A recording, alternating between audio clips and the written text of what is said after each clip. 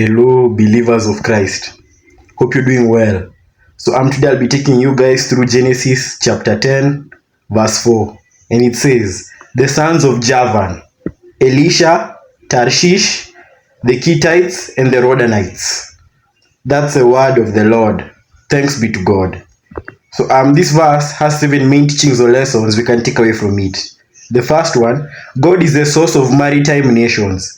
Javan's sons are linked to coastal island people, Greece, Cyprus, Spain, etc., showing that God established even seafaring or seafaring nations. The second teaching, geography is in God's hands. These names became regions that shaped trade and culture, teaching that God determines the boundaries of nations, as foreshadowed in Acts chapter 17, verse 26. That's a spoiler, we'll get there. The third teaching, families multiply into civilizations. From one man, Javan, came 4 lines, reminding us that God grows families into communities and nations. The fourth teaching, cultural influence is part of God's plan. Descendants like Tarshish are tied to major trade routes, showing God uses nations to influence the world. The fifth teaching, names in scripture point to real history. These are not random names, but ancestors of real peoples, teaching us that the Bible connects directly to world history. Yes, the Bible is factual and true, and largely accurate. The sixth teaching, God's blessings reaches far lands. These nations stretched across the seas, showing that God's purposes are not limited by geography or geography.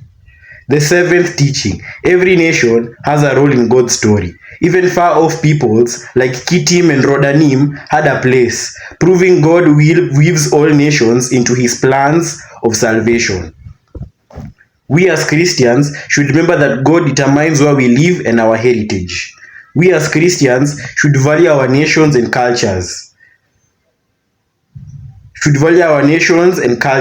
Different from our own. We as Christians should trust that God can expand our influence beyond borders. We as Christians should see our families as the seeds of something greater. We as Christians should acknowledge the Bible as a reliable account of history.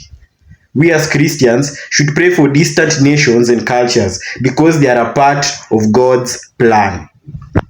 So that's all I had for today, guys. Thank you very much, and as usual, God bless.